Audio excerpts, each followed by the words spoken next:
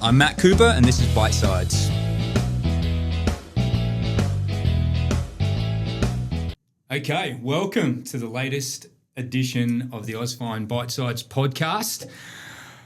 Great guest in today, a long-standing friend of the company, Mr. Dave Bongiorno from Alba Cheese. Dave, welcome to the Ausfine Bite Sides podcast. Thank you for having me, mate. Thank you very much for coming in. Pleasure. Very much appreciated, and I'm really looking forward to having this chat. I know the story a little bit from the time we've spent together, but I'm really keen to kind of go a little bit deeper into the evolution of Alba and its success, since its beginning and where it is now, and also your personal background and journey. Yep. Always like to know where people kind of come from and what's kind of helped form their DNA. So always a great place to start is the start. Yeah. So maybe we'll break this kind of backstory into two. First, your own story, okay, and then we'll get into the Alba story. So you personally, where'd you grow up, and how did you end up at Alba? Yeah, so I grew up in Craigieburn, north of Melbourne. Small house there with the parents. They started the business in 1981, the year I was born. So my upbringing was always with Alba in the background. Yep. As you do, as you grow up, you kind of rebel in a sense from your parents and what they do. So I had absolutely no interest with cheese and cheese making. So I went off and did my own thing and got into more the hospitality side of things. So, in terms of running restaurants and bars, and that led me actually to the US for a few years as well, where I got an internship there and did that same kind of work. And am I right in hearing New York? Were you in South Carolina? South Carolina. Okay, there's a company called Columbia Sussex back then. So I think in the top biggest privately owned businesses in the US. So the way it came along is I went over to the US for a holiday and loved it. I was young, single. It was amazing. So I decided to, when I got back, almost like a joke, I went online and searched for jobs in the US and, kept telling people I'm moving back to the US, and got a job that was up there for, kind of food and beverage manager within the US on a beach town. So I applied for it more as a joke and ended up getting a phone interview that was held by a girl that used to live in Melbourne near Alba Cheese. And she just happened to know of Alba Cheese, and we started talking about that. And what are the odds? Yes, and her parents still go there and buy product from the direct to public store. And one thing led to another, and she said, "Well, I can't not give you the job now. I have to give it to you." So, in the space of probably 3 weeks from when I got back from my trip to the US, I had this job, and all of a sudden was ready to go off, and no one believed me at that point because I didn't really believe it, to be honest. And within a couple of weeks, I had a social security number and tickets booked, and all of a sudden I was in the US a month later. So stayed there for a few years and absolutely loved my time there. And then at that point, my dad had called me and hinted a couple of times, listen, we've got general manager on board, because at that point, Alba was a small family-owned business. It was run by my dad and my uncle.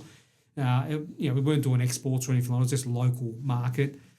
And at that point, they'd hired a general manager to help with export, and they wanted me to come back to kind of assist in that. So, at that point, I was a little bit older. My time was finishing up in the US, so I came back and started working with the business and got tricked and conned a little bit because I ended up working on a factory floor and driving trucks. So I thought I was coming in to run the place or help grow the business, but they told me pretty quick that I was there to... You're on the forklift. Yeah. I've got to learn the business from the bottom up. Yeah. So did that for about probably 3-4 years. I worked in the factory and in the warehouse. And, at that point after I kind of moved into the office, started working with the general manager at that point, helping out with export sales.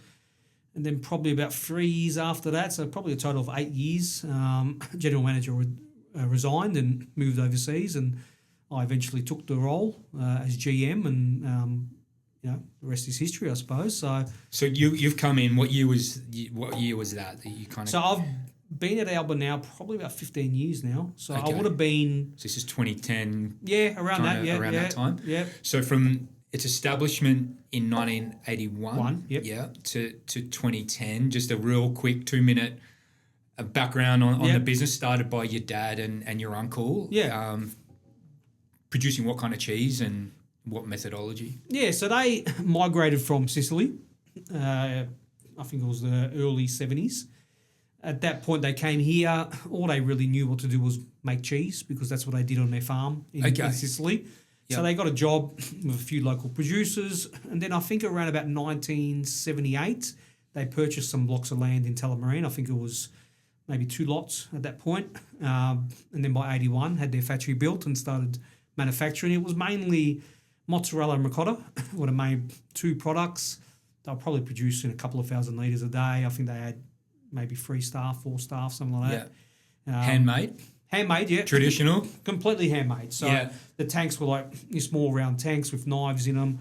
Everything was moulded by hand, and they literally went. Did they do the pears? And that came in probably a couple of years later when they started getting into the retail side of things. They made things like provolone and provoletta, kind of Italian handmade products. Sure. And they started going door to door, so knocking on store doors and just saying, we've just started our business. They were kind of known in the retail market anyway because they were working with some other dairy companies at the time doing deliveries, so they knew a few stores. And they pretty much went out and said, we'll give you the product, don't need to pay us until you sell it. And if you don't sell it, we'll pick it up again. So that's how they got into the market. So on consignment. Yeah, pretty much. And they worked, up until probably 10 years ago, even when I started there, they were working 7 days a week, morning to night. So they'll get in at 2 in the morning, get home at probably 7 p.m. at night. I joke with my dad and say I met him when I was like 10 years old because those early stages, they wouldn't come home. They were working. And it was only probably 10 years ago where, when they were comfortable having myself and my cousin John there, that they were able to take a step back a little bit. Yeah. And then especially now over the last 5 years, they've really taken a step back. They'll still come in probably 4 days a week. They'll come in and just, kind of work on the factory floor.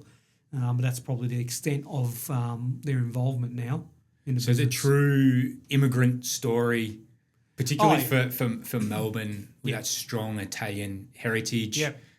Coming over in those waves of immigration from Europe and traditional cheese making, and then essentially working their backsides off to make a go of it. Yeah, and that's what happens when you get immigrants out of Europe. They normally come over and they'll do what they used to do back at home, right? Back on the farms, whatever. So they had a farm. They still have a farm in Sicily. And, back in those days is we'll make a little bit of cheese for you. You'll give me a little bit of bread. Sure. And that's how they used to trade in the villages back then. So cheese they used to make in very small amounts, just enough for the village. But that was what they knew. So when they came here, already there was a few Italian dairy companies that had already sprung up over the last few years. And they were able to get a job and especially northern suburbs, right? There's quite a few of the Italian traditional cheesemakers there. And most of them all from Sicily too. So, really? That kind of bond that they had was there. So they were able to go in and get a job and work with these companies. And then, at that point, I think they got a loan of, I think it was $10,000 from their dad in Sicily. And they used that to purchase 2 blocks of land. The land in Thailand. And then from there, had some friends in the Sicilian community, Italian community that were builders, and they were able to build the factory for them. And they did it tough, really tough, especially in the first probably 10 years of the business. Oh, for sure. And then there was waves too. I mean, there was times where the business started doing really well, and then I remember as a kid, because we were living in a small, modest home in Craigieburn, and I remember at one point they decided to go buy an investment property, and I remember thinking things are going really well, and in the space of 5 years' time, they sold that investment property, put back into the business. There was, talks about selling a family home. So they put everything back into the business. Yep. So they did it tough. So, I get a lot of people these days that will say to me, you're lucky, or, your family's lucky that they're, doing well. But, for 30 years, how hard they did it. And even till, 5 years ago, working 7 days a week. Yeah. That's what they did. That's what they knew. Yeah, no, it's a valid point. Just the blood, sweat and tears and just the endless hours that go into building a business. It's still to this day with you, but trying to get a business off the ground, it's incredibly all consuming. It is. And it's funny that your dad didn't even know who you were until you were 10. My dad was the same, truck driver. Yeah, I'm sure he didn't even know who I was until he started tripping over me because I wouldn't get out of his way. So similar stories, they're built on a lot of freaking hard work. Yeah. So coming forward now, you enter the business in 2010 and then do the hard yards out on the factory floor and then move into more administrative role and then sales and growing exports and also just the evolution of the company as well, from everything being handmade to more machinery coming in and automated production. Do you want to just talk us through that evolution?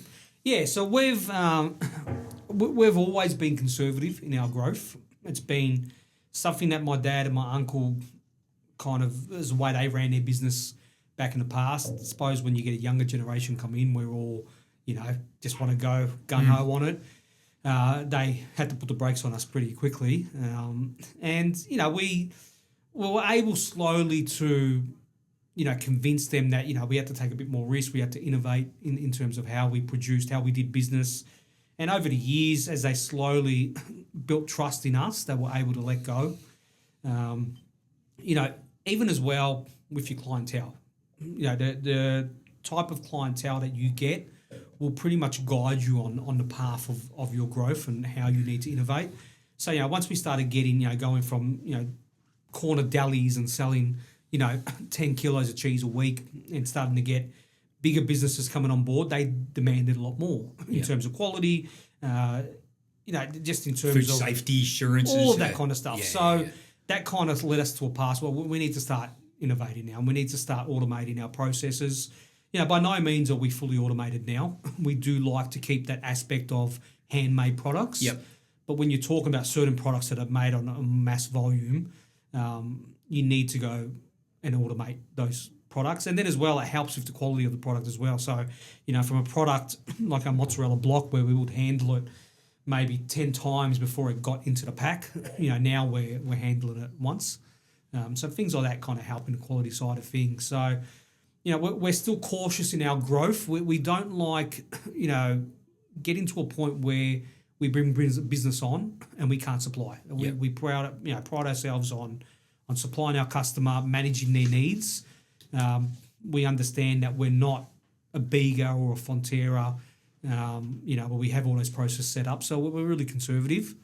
Probably in the last 3-4 years, we've really ramped up our equipment, our automation, and we've seen that revenue grow. I think it was about probably 8 years ago we decided to start investing some money in automated shredding lines, automated mozzarella lines, just mainly because of the demand as well that was coming through. So we did all that. We spent the money on that. We're starting to see over the last few years, we're seeing 20-30% revenue growth year on year. Fantastic. And we're getting to that point now where we're at another point where we need to invest. Yeah. So, as you grow, it's not just, as you'll know, it's not just equipment or staff. It's then, storage capacity, it's dry storage capacity, cool room space. So there's a lot more to that. So we're still very conservative in our growth, but we've probably ramped it up in the last 5 years now. Nice. I actually got a question for you later, but you've kind of touched on it a little bit, and it's just around that consistency of supply for customers and how you support your customers through that. But we'll get to that in a sec. Yeah. Just a final point on this. Is there a nod through your business that you want to continue to keep that handmade kind of Sicilian traditional aspect to the business? Yeah. Is it kind of you want to keep that nod to the traditional way of doing things in your business? We will, yeah, definitely. And certain products will always be handmade. Yep. So we want to be able to offer those products. What kind of products are they? Things like, for example, caciocavallo, which is like one of those big kind of pear-shaped with the knot. It's about a 3 kilo. Yep. Even our provolone logs that we do are all done handmade. We've got some specialty products like some chili cheeses and pepato and things like that. So that's all handmade. Even parmesan wheels. Like we haven't gone to that kind of mass production style 20 kilo blocks. We've kept them as Parmesan wheels. Yep. We brine them like the olden days. We've got maturing rooms, so they're set, humidity set, temperature set. How long do you mature them for? Minimum 6 months. Yep. So we will put them in there.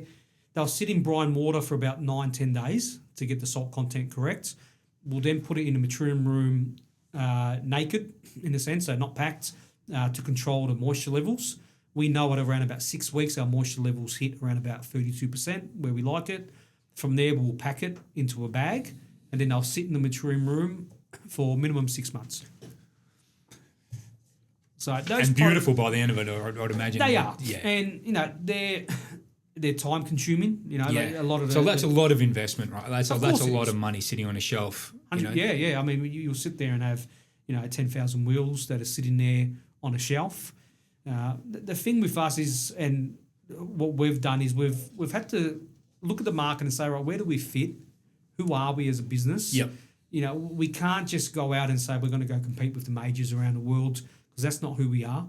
And in a competitive sense, we're not going to keep up. So we need to find our niche in the market. And the fact that we offer, we offer those commodity products like mozzarella, but at the same time, we've got those niche products as well. We've got shredding facility. So we've been able to find our place in the market, and that kind of revolves around having those handmade products along with shredded and commodity products as well. It's an interesting point you just made, and as I said, these are points that I was going to get to later in the chat, but we can kind of talk about it now. And you just said around who you guys are, and what is the DNA of the company, the personality, so to speak. But in your own leadership or design, have you ever sat down as a company and worked through things such as that of strategic thinking, either off-sites or time away from the physical part of your business, the day-to-day where you've spoken about those types of where you guys want to fit in the market and your personality and your the purpose of the business? Have you gone through that kind of process? Yeah, we have. It probably took place when I got back, where we were getting into the export market. Yep. And we had some real good success in the first 12 months when we went into Singapore. After that, though, it was hit and miss. So we tried to sit down, and it was basically around pricing. So we would, give quotes. There was always a lot of inquiries, but we'd give quotes out and just, all we'd get back is, listen, product's great, but we just... Too expensive. Too expensive. Yeah. And, when they're getting quotes from the likes of Fonterra or, Hilma from the US or whatever it is, Bega, we're just not going to compete on price. So we sat there and thought, what did we find successful in Singapore? Which was a fluke, by the way. It wasn't like if we went out there with a plan, but we got a lot of business in Singapore, and we kind of narrowed in onto those businesses that we'll supply and say what made them come to us versus someone else. What we found were our distributors that were also family-owned predominantly, and they were looking at a whole wide range of products. So they weren't just supplying, your fast food businesses or your chains. They were supplying supermarkets. They were supplying your small little restaurants in the corner. They needed a full variety of products. And we started to realise that the bigger guys couldn't offer that. They could offer, if you wanted to buy, 5 different SKUs, you had to buy 5 containers worth of SKUs, 1 container per SKU. Where we would sit there and say, no, you can mix and match. You can choose what you want. Yep. Decision making was a lot quicker for us. We could have a decision within 10 minutes, where the bigger guys would take possibly a few weeks. So we started understanding what our strengths were, and it definitely wasn't. We knew that quality of our product was a lot better, but we knew that in some markets, price was really the driving factor. So we had to kind of offer other incentives for them to come along, and that flexibility that we had to be able to be nimble on our feet and change when we need to and pivot. That's where we found that our strength was. So, when we go to trade shows in different regions around the world, we already know when we're talking to businesses who we feel that we're going to have a partnership and who we know that we just, for as great as it would be to get them on board, we know that we're just not going to be in the ballpark. It's pretty mature, I think, of a point for companies to reach where they know who their customer is. Yeah. They know what their customer looks like, how they behave, where their customer's right to win is. Yeah. And then there's a good partnership going forward. As you say, the other companies come along who might be great companies, but they're just not a good fit for you. Yeah. Yeah, and it took us a long time to figure that out. It wasn't something that happened overnight. It was rejection after rejection after rejection from businesses, and we kept sitting there saying, well, we're never going to compete. How can we compete against these other companies from around the world? Because we are competing with companies around the world. It's not just Australian businesses. So, we had to find other ways to compete in the market or offer different services to compete. And for us, the strongest point is having that flexibility in product and a variety of food service, retail, industrial, different formats, and that was a winner for us. Yep. Once we realised that, we became a lot more successful. Our kind of success rate went right through the roof. And we're still working on getting to that point because we would like to, down the track, be able to service those other customers as well.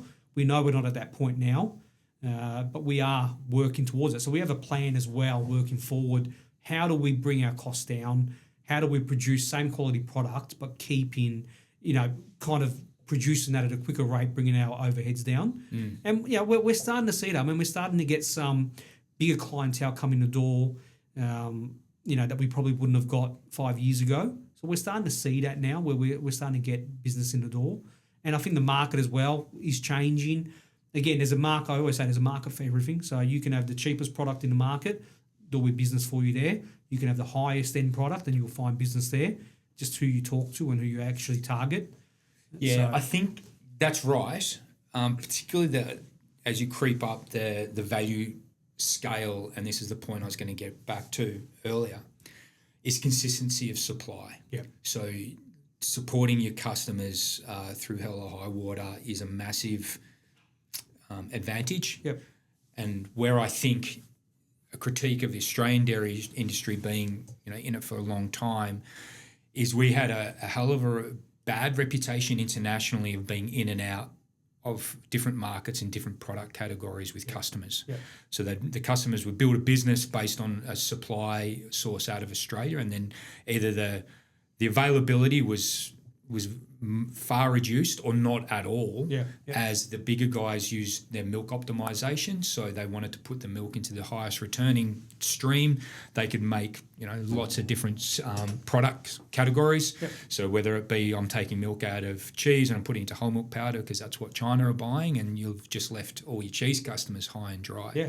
So I think that what our experience with you guys is you're very considered in keeping that, supporting the customer and keeping consistency of supply, maybe being even a little conservative in your approach to that. Yeah, no, and we do. I mean, I won't mention names. We've got a few big companies that are coming on board now, and they've been knocking at our door for years, and we've turned them down. Not because we wouldn't want them on. I mean, they're taking big volumes, but we just weren't confident that we were given what they wanted, and that's a big focus on ours. That if we bring a customer on board, that we're guaranteeing that we're going to supply what you need. So a bit of communication goes into that, planning, where we sit there and ask, obviously what their forecasts are, what they expect their growth to look like, and we make sure that we have the product, because we're not a company that stores millions of dollars worth of stock. I mean, we move through pretty quickly. I mean, we won't have product on the floor for more than a week. Yeah, you want it out the door and getting paid for it, right? So it's in and out. Cash flow. Sure. It's just that's how quick we kind of rotate through our stock. So if we bring business on board, we want to make sure that we can supply. And we've heard the stories. I mean, we've got a business on the back of customers coming to us saying, listen, we're buying our product from this company here, but supply's there, and then for 3 months of the year it's not there. They'll come to us. Our pricing's a little bit higher, but we're sitting there guaranteeing supply. So that's one strength. That's a long way, man. Yeah, a lot of our customers will tell you that things are nice and smooth and things run well. We've got businesses from overseas that we probably haven't seen for 3 years. There's no issue on their side of things because they know that they place POs, it arrives when they need it, quality's there. Consistency, reliability is sometimes outweighs price. I think a lot of times it does. Yeah. you've got to establish the business first, and those customers who really value that consistency of supply above price. Yeah. I mean, you still got to be competitive on price, Of course, yeah. But there is a high value on it. You've got to find that customer, to your earlier point about finding your tribe, so to speak. Yeah. And then you can get a better return out of those customers. But trust takes a long time to build, and it's eroded pretty quickly as well. So you've got to keep the reputation going, so to speak. Yeah. Your own leadership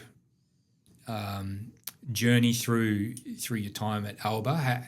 How do you classify your own leadership style, and has it changed over the years and evolved?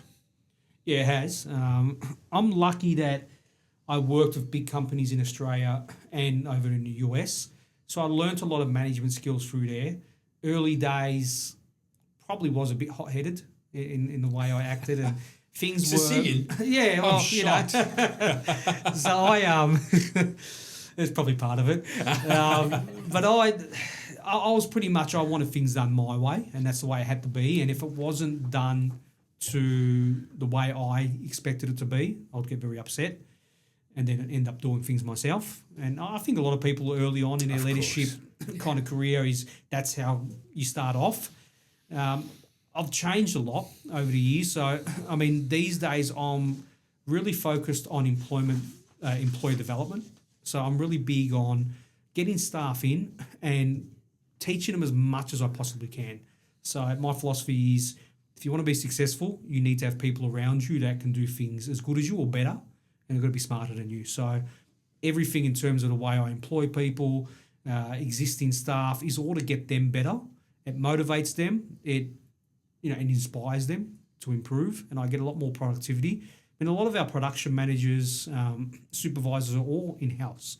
These are staff that potentially migrated to Australia and got a job as a casual employee on the work, on the factory floor, and from there have graduated and moved up within the business. Having that in the business motivates staff to move up. It shows them that there is a future if they stay. There's a pathway. And you need a pathway for staff. And early days we didn't have that, but definitely now all our staff are potentially hired within or promoted within. We get a lot more. We get better results that way. And I always say to my staff, I want you to be successful. I want to see you rocking up in a nice car and telling me that you went on vacation. I want to know that your kids are looked after. So in that sense, I'm really big on empowering my staff. So I will entrust them with roles, and I'm not the kind of person that will go back and always look over their shoulder. I want something finished. I'll give them a task. They will finish it the way they want to do it. They'll come back to me, and then we'll try it. And there's been many times where we've had a project, they've gone off, they've tried it, they've come back to me, and it's worked fantastic. So all great. There's been times where it hasn't. Yeah. And I sit there and say, okay, that's fine. Like, we've learned. Let's try it a different way, right? Yeah. Unless they're trying to attempt something that I've attempted before, and I know that it's not the right way to go, I'll intervene. But apart from that, 95% of the time, it's put on their shoulders to go out, find a solution, fix it, and then once it's done, come back to me and we can review it together. So, yeah, my approach and leadership now is completely different to, say 15 years ago now. So yeah, I think it's a maturity as well, right? Yeah, of course. And having kids. Having kids is a big one. Yeah, for sure. And getting back to that empowering of people and allowing them to make mistakes as well, and they're not going to get kicked in the kicked that's in right. the bum when they do make a mistake, because both you and I would have made plenty of mistakes. Still do. Yeah, for sure. There's no one who makes more in here than I do, because you're always, when you're trying something new, of course it's going to be. Of course. You're going to trying fail to improve, sometimes. you're trying to, save and get efficiencies and so on, and you're going to make mistakes. You're going to do things where it didn't work out, and that's good. You know that now. So you can mark that down and say, right, we know that didn't work. So next time we're heading down that path, we know what doesn't work. Yeah. And, I try to do that for my staff. And I can see now, early days when I took that approach, I still had them knocking at my door every day. Yeah. Because they were scared, they were nervous. What's my reaction going to be? Yeah. When a few of these, when a few staff had failed at what they were trying to do, and they saw my reaction was calm and encourage you to say, that's great, you tried, let's now try something different. Once they saw that, they had the confidence to go out and just make their own decisions. Yeah. And it just makes the workplace better. People are a lot happier when they're financially set as well outside of work. So they're looked after. They've got a house. Their kids are happy. They come back to work. They're happy. They work better. So we've always kind of based it on that over the last probably 5-10 years now, where we're a family. I mean, and it shows with our staff rotation. I mean, we've probably lost maybe 2 or 3 staff in the last few years, and mainly due to retirements or moving home or so on. So we've been able to keep our staff, and that you would know that as well. How it if you've got the same core staff there, and you're not churning through staff, it just makes things run a lot smoother. 100%. And as you empower the next group coming through, they then empower the next group coming through, and so it goes, which is obviously the culture of a company, and which can be amazing, and an exponential force for good. Yep. In the bad companies, it can be exponential force for bad as well. So it all so much of it stems from how you react, how you empower people, and how you react to mistakes. And people are genuinely trying to do the right thing, and things don't work out perfectly. As you say, you kind of learn from it, sit down, but try and be as calm as you can be, I think, because people are watching for your reaction. Yeah, they do, 100%. And like, how am I going to react? And, it affects the way, the confidence they have to go out and actually try new things. And, we're at a point now where, over the last few years, the growth that we've had, I've needed reliable staff on the floor. You can't do it all yourself. To be able to follow through with my ideas, with my vision. And, back in the days, I would always get pushback. Oh, we can't do it. I can ask them for ridiculous things, and sometimes I'll make a joke and just be, listen, we need X amount of product by the end of the week, and they always just look at me and say, leave it to me, I'll work it out. But that's what I get back now. Yeah. Where back in the days, not possible. Not possible, can't do it. Yeah. So that's again helped us with our growth as well, where we look at it and nothing's impossible. Like, we'll find a way. Might not be the most efficient way, but we'll find a way, and then from there we'll work on making it a bit more efficient. If it means more equipment, automating certain parts of it, we'll look at that, make it work for now. We'll work on the efficiencies later. Yeah, that's fantastic. We actually haven't got a huge amount of time left in this chat, mate. It's been fantastic. But before you head off, I did want to touch base with you just around your milk, your milk procurement, and you do buy milk direct from farm. We do, yeah.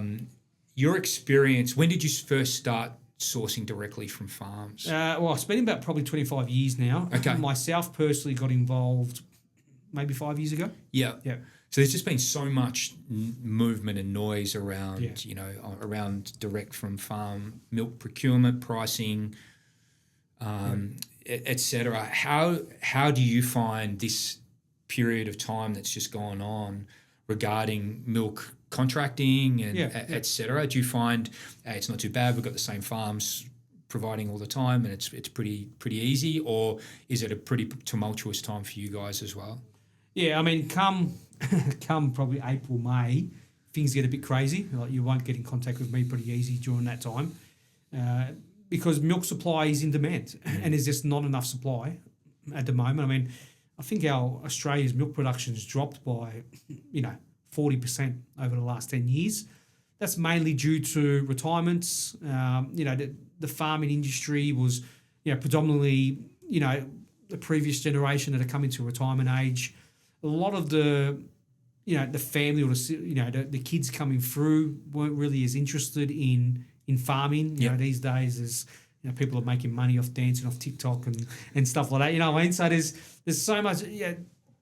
It's changed. The world's changed in terms of what people see work is. As you can work from home these days. So farming is not as, like I say, sexy these days as it is in terms of someone looking at a career, and then farmers looking or families looking into get into farming. Pricing of land is too expensive. Yep.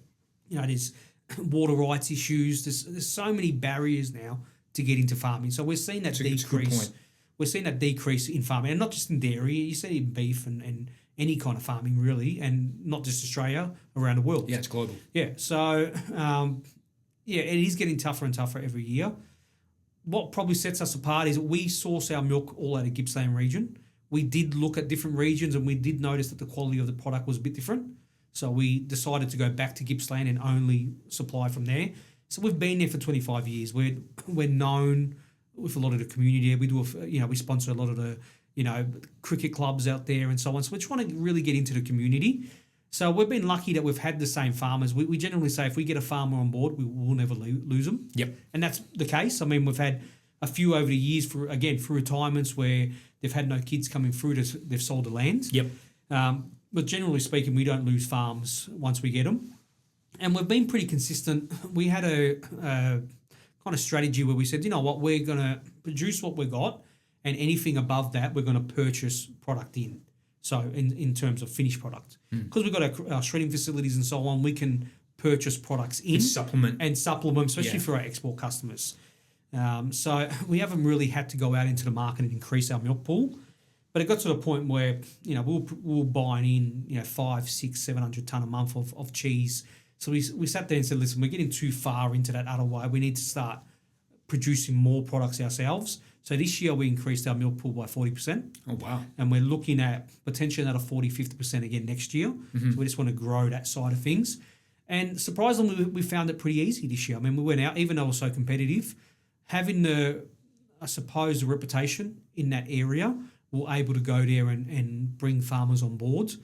And we're not, farmers are a bit, back in the days, it was their milk would go to Murray Goulburn, Fonterra. They would be a bit cautious with the smaller manufacturers because, back then it was surplus milk. And what happens if we supplied Alba and they went out of business halfway through the year, we're left with all this milk and we can't sell it. Now what's happening is there's a shortage of milk. So they know if they're supplying, Alba, for example, and we went bankrupt halfway through the year, they've got somewhere else. They can put their milk somewhere else. So, but, we've got to a point now where we're an established business, trading 45 years, good reputation in Gippsland. So when we do approach farms, we do find that they're comfortable to move to us, and we do offer more. So we pride ourselves on that and offering our farmers a premium to what the bigger guys would pay. Yep. So we're able to shore milk supply on that. But it is generally it's a challenging time. It's stressful because you're sitting there and you've got orders, on your desk that you've got for the next 12 months, and you can't fulfill that. And as I said, we're big on supplying our customers. So, it is a stressful. And I mean, I think it was, when was it? The 1st of July was the cutoff. And I remember I was up until midnight the night before, and things were still changing. So we actually had 60% extra milk on board, and we lost 20% in the last 10 minutes, where other processors outbid us, and we just didn't have enough time to react. That's amazing, isn't it? Yeah, and it got into that point where back then, like, you'd have contracts signed 4 weeks before. Yeah. Now it literally was like to the last minute. And, but we did well. We got 40% on board, but it is a stressful time around that. And I think it's going to get harder and harder year on year. It is. I won't go... Got a bit of a hobby horse around it. We got to do it differently if we want things to change. Because, I think it's a bit of a crazy situation that's a thing that you can lose. Exactly. How can you run a business when you've just lost 20% of? And as I said, we've been lucky over the years, and we're getting better and better as well. I mean, we organise lunches and dinners and functions in Gippsland to meet with our farmers during the year. We're really bringing them along for the ride, and they actually like that. Back when we first started doing it, I was kind of a bit wary. Like, do they really care? Like, do they really care to know us at Alba, or we just a customer that's buying their milk? But what we found was that they actually enjoy it. They enjoy those nights that we have together, and we'll hire out a function room, and we'll have dinner and drinks, and we'll talk about the business and where we're going. This year I stayed up there for about a week and visited, our existing farmers and new farmers as well. And the surprising thing for me was we had set up about 8 visits to 8 new farms that we'll potentially bring on board. They were all young. They were all in their 30s. Yeah. And that was a breath of fresh air. That is a breath of fresh air. I sat there saying, wow, look at this. Like, the issue's been that the younger generation aren't coming in.